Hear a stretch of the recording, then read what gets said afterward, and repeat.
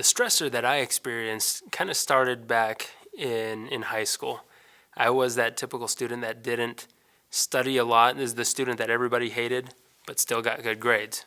So didn't do much homework. I remember doing homework at home a total of maybe 5 times my entire high school career. I knew that I could get good grades and score well, apparently well enough on a test to get into BYU, but I really had no idea how to get or earn good grades.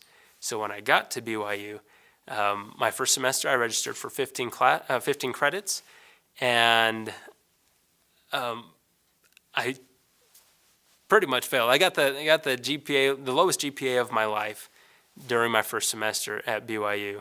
I was introduced to a resource called an academic advisor, and we actually sat down and put together a plan for me to overcome different things. So that mindset changed from this fixed mindset of I can be smart doing what I've always done, I can get good grades doing what I've always done, to I need to work harder on something to get grades that are decent.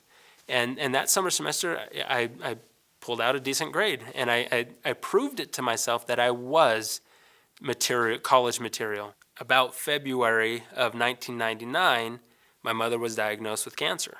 I took the rest of the summer off, and as far as school was concerned, I stayed at home for a little while. But I decided, you know what, my mom wanted me to finish an education. So I went back at the end of summer, came back to school, but I kind of really deflated. I only took one class. And it wasn't even an academic class. I took Hawaiian dance, is what I took. And I didn't know it again at the time. I didn't recognize the impact this would have on me. But about 3 months through this class, I was approached by somebody on campus, a staff member on campus, to participate in this performing group.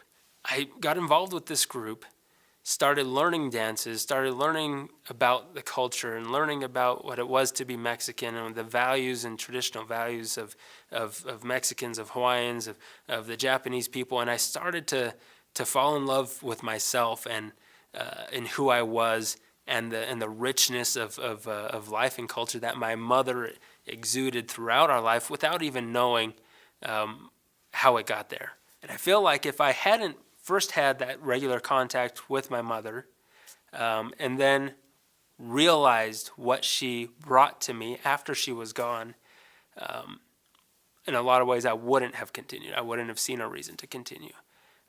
But because she was there, and because after she was gone, I recognized that she was there, and I wanted to make her proud, I kept moving forward.